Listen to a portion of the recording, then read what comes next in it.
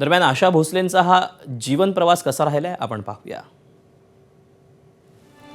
8 September 1933ला सांगलीमध्ये त्यांचा जन्म झाला.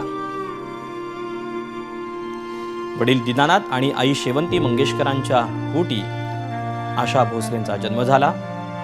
मंगेशकरांच्या लता, मीना, आशा, उषा, हृदयनाथ या 5 भावंडांपैकी एक म्हणजे आशा. वयाच्या 10व्या वर्षी त्यांनी गायनाला सुरुवात केली. माझा बाळ हा त्यांचा आयुष्यातला पहिला चित्रपट. सर्वाधिक गाणी गाणारी गायिका म्हणून आशा भोसलेंची गिनीज बुक ऑफ रेकॉर्डमध्ये नोंद करण्यात आली आहे. 20हून अधिक भाषात त्यांनी 12,000हून अधिक गाणी गायलेली आहेत.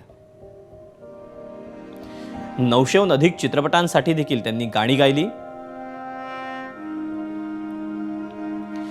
दादासाहेब फाळके पद्मविभूषण, महाराष्ट्र भूषण पुरस्कारानं त्यांना सन्मानित करण्यात आलेलं आहे. भक्तिगीतं, भजनांपासून पॉप पर्यंत गायनाच्या विविध प्रकारात त्यांनी गाणी गायली.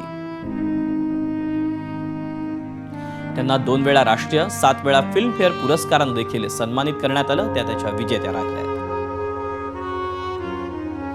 आर.डी. बर्मन, खय्याम, ओ.पी. नय्यर, ए.आर. रेहमान यांनी संगीतबद्ध केलेली गाणी ही अजरामर ठरलेली आहेत. अर्थातच त्याला सुरांचा साथ चढला तो आशाबाईंचाच. मराठी चित्रपटात माईमध्ये त्यांनी भूमिकाही साकारली.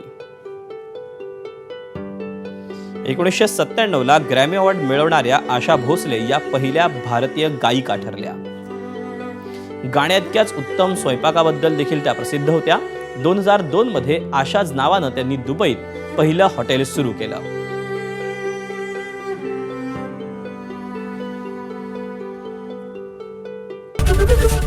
एबीपी माझा, उघडा डोळे बघा नीट.